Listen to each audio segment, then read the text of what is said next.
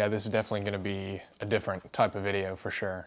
Hey guys, welcome back to the channel. I know it's been a while, but honestly, I was kind of in a creative rut or a lull.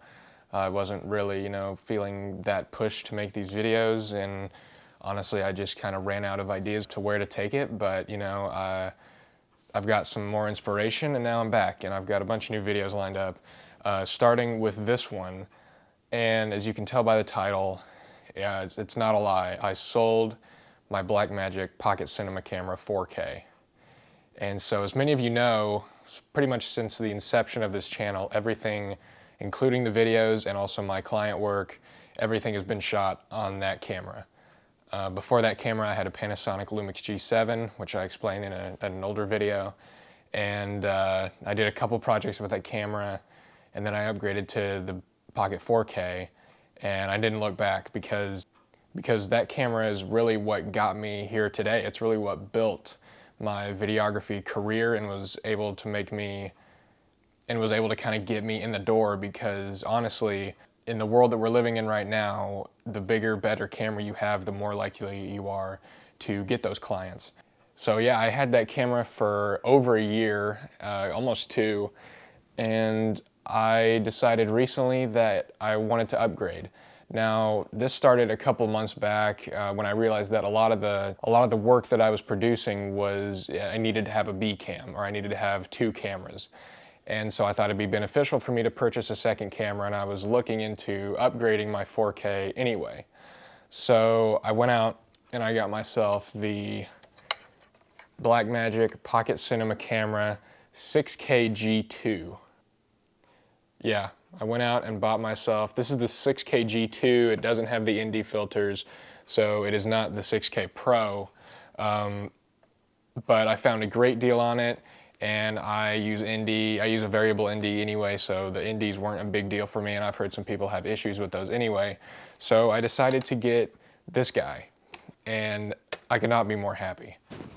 Hold on, I think my mic is like messing up here. I need to flip this thing around here. There, yeah. It's totally sponsored by Rode. Anyway, so then I had the 6K, and then I had the 4K as my B cam. But shortly thereafter, I also started to realize that, well, why would I want to have two of almost the same camera? I will admit this camera is a lot better than the 4K, and I'll get to that in a second. I was like, I want a camera that I can, take photos with. This is not a photo camera. I wanted something with, autofocus. I wanted something that I could throw on a gimbal easily, not have to rig up. And so that's when I also decided to sell my Pocket 4K, my beloved Pocket 4K that I had for so long. I sold it on eBay, and I bought this camera, which I'm shooting this on, which you can tell is not a Blackmagic because it has autofocus, which I'm testing out right now. So, if you want to make a guess in the comments down below of what camera this is, I'll be making a video on this camera soon. And sorry if I'm getting used to looking over here, because I'm looking at the LCD screen and I'm trying to look into the lens as much as possible, but I'm still getting used to that. So I will be making a video on this guy soon. But for now, back to the reason I switched. So while I had my Pocket 4K, I knew a lot of people who had the 6K. And I started to see firsthand the images coming out of the 6K and comparing them to the 4K.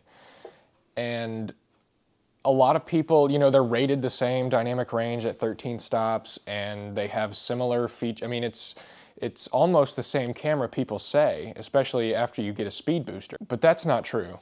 I know you'll watch a lot of videos in here that say, why buy the Pocket 6K when you could buy a Pocket 4K with a speed booster for even less, and you get a larger field of view, but that's not true. There's something about this 6K sensor that is giving you just a better image quality. And it's not only the 6K sensor, it's a larger Super 35 sensor. It's not the Micro Four Thirds. I'm never going back to Micro Four Thirds. I used to be a Micro Four Thirds guy. That was my first camera, was the G7. That thing was Micro Four Thirds. And then I went to the Pocket 4K, and I'm never going back because Super 35 is where it's at. And it took me a while to swallow that pill. But yeah, there's just something about that sensor. Somehow it has more dynamic range, I believe, as well. It just looks better. I can't really explain it. It may just be my opinion, but I like the way it looks a lot better. And like I said, you'll see a lot of comments, or you'll see a lot of videos on YouTube of people saying like, oh, why would you buy the Pocket 6K when you could buy a 4K, get a speed booster for less? But for me, that doesn't really make sense. Maybe it did back when they first came out, because I believe there was about an $800 price difference between the two cameras. But now the 6K has come down, the original 6K has come down so far in price that,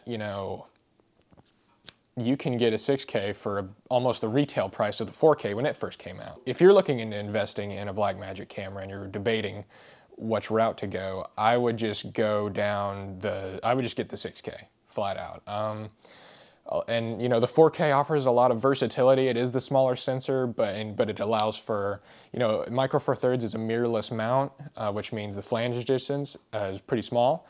So you can adapt so many different lenses to that, PL, EF, Nikon, and that's great. But if you want that larger field of view and that better low light capability, you need a speed booster. And all a speed booster is really doing is adding more glass between your lens and your sensor, which is just gonna degrade more than it's helping. The big difference between this body, the 6K G2, and the 6K Pro versus the regular Pocket 4K and 6K is that this has two mini XLR ports, and you get the flip out screen, which I didn't think I'd really care about, but it's freaking amazing.